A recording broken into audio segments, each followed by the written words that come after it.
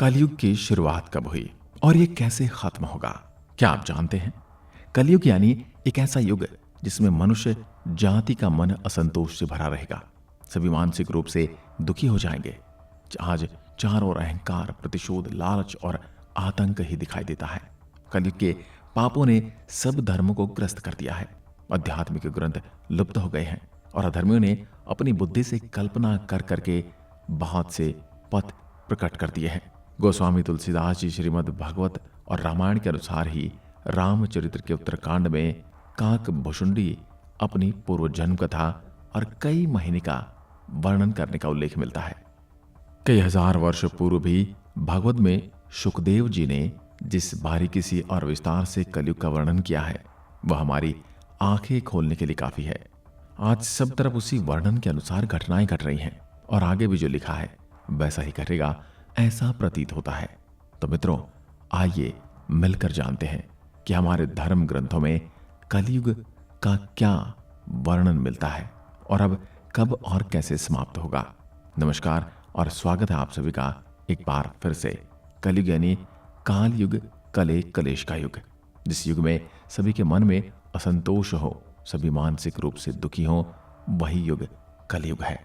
इस युग में धर्म का 1/4 अंश ही रह जाता है। कलयुग का प्रारंभ 3100 ईसा पूर्व में हुआ था।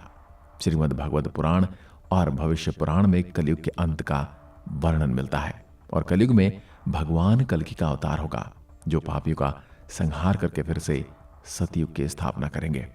आखिर कब होगा कलयुग का अंत? 3102 ईसा पूर्व 5 ग्रह मंगल, बुध, शुक्र, बृहस्पति और शनि मेष राशि पर 0 डिग्री पर हो गए थे। कलयुग तभी से प्रारंभ हुआ। अभी कलयुग का प्रथम चरण ही चल रहा है। हमारे पुराण में कलयुग की अवधि और ये समाप्त कैसे होगा इसका व्यापक वर्णन मिलता है। कलयुग की अवधि 1200 दिव्य वर्ष बताई गई है। मनुष्य का 1 महीना पितरों के 1 दिन रात के बराबर होता है। वहीं मनुष्य का 1 वर्ष देवता के 1 दिन रात के बराबर और मनुष्य के 30 वर्ष देवता के सिर्फ 1 महीने के बराबर होते हैं। कलयुग की अवधि 1200 दिव्य वर्ष बताई गई है। यह इस हिसाब से कलयुग का काल 4,32,000 साल लंबा चलेगा। दर्शकों, इसका मतलब यह कि कलयुग अभी 3102-2016 यानी 5,118 वर्ष बीत चुके हैं और 4,26,882 वर्ष अभी बाकी हैं। मनुष्य के 8,84,000 वर्ष, देवताओं के 2,400 दिव्य वर्ष अर्थात 1 द्वापर युग के बराबर होते हैं। तो वहीं त्रेता युग 3,600 दिव्य वर्ष का होता है जिसमें मनुष्य के 12,96,000 वर्ष आते हैं। कलयुग बाकी सभी युगों से छोटा है।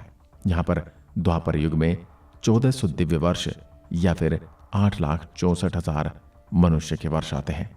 वहीं एक त्रेता युग में 3,600 दिव्य वर्ष आते हैं। 12,96,000 मनुष्य वर्ष आते हैं। इस क्रम में एक सतयुग 4,800 दिव्य वर्ष का होता है जो मनुष्य के हिसाब से 17,28,000 वर्षों के बराबर है।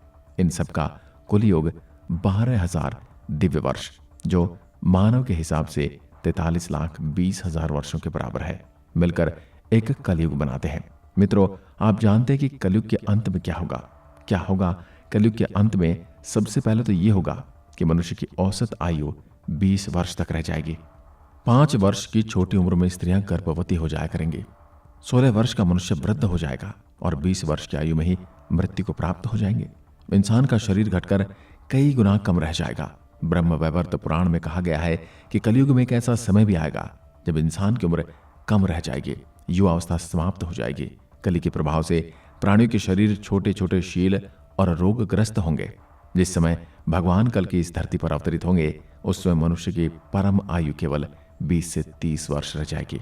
जिस समय कल के अवतार आएंगे, चारों वर्णों के लोग शुद्ध के समान हो जाएंगे। जो गोमाता भी बकरियों की तरह छोटी छोटी और कम दूध देने वाले हो जाएंगे।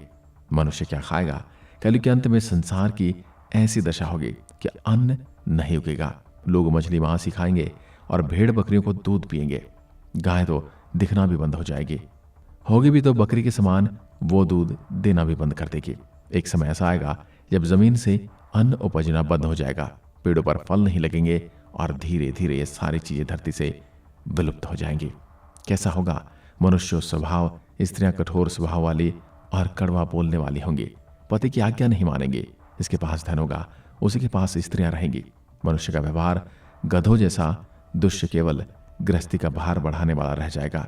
लोग गुलाम हो जाएंगे। धर्म कर्म का लोप हो जाएगा। मनुष्य जप रहे एक नास्तिक व चोर बन जाएगा। सब एक दूसरे को लूटने में लगे रहेंगे। कलयुग में समाज हिंसक हो जाएगा। भीड़ में लोग आएंगे और एक मनुष्य की जान ले लेंगे। जो लोग बलवान होंगे उनका ही राज चलेगा। मानवता नष्ट हो जाएगी। रिश्ते खत्म हो जाएंगे। एक भाई अपने ही भाई का शत्रु बन जाएगा।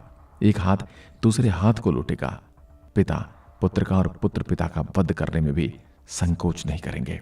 अपनी प्रशंसा के लिए लोग बड़ी बड़ी बातें बनाएंगे, किंतु समाज में उनकी निंदा होगी। इन सब बातों को सुनकर ऐसा लगता है मित्रों मानो वर्तमान की बात लिखी गई हो। कैसे होगा? मनुष्य का धर्म कलयुग में लोग शास्त्रों से विमुख हो जाएंगे। अनैतिक साहित्य ही लोगों को पसंद आएगा। बुरी बातें और बुरे शब्दों को ही व्यवहार में लाया जाएगा। स्त्री और पुरुष दोनों ही अधर्मी हो जाएंगे। स्त्रियां पतिव्रत धर्म का पालन करना बंद कर देंगी और पुरुष भी ऐसा ही करेंगे। स्त्री और पुरुष के संबंध सभी वैदिक नियम विलुप्त हो जाएंगे।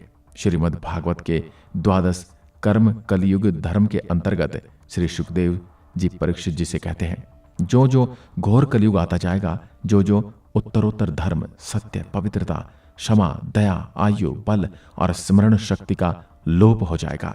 महाप्रलय बहुत काल तक सूखा रहने के बाद कलयुग के अंतिम समय में बहुत मोटी मूसलाधार बारिश होगी, जिससे चारों ओर पानी ही पानी हो जाएगा। समस्त पृथ्वी पर जल ही जल होगा। इसके बाद एक साथ 12 सूर्योदय होंगे और उनके तेज से पृथ्वी सूख जाएगी। कलयुग के अंत में भयंकर तूफान और भयंकर भूकंप आएंगे। लोग मकानों में नहीं रह पाएंगे। लोगों को गड्ढे खोद कर रहना पड़ेगा। धरती की सतह का 3 हाथ ही 7 हाथ लगभग 4.5 फीट नीचे तक धरती का उधराव अंश नष्ट हो जाएगा।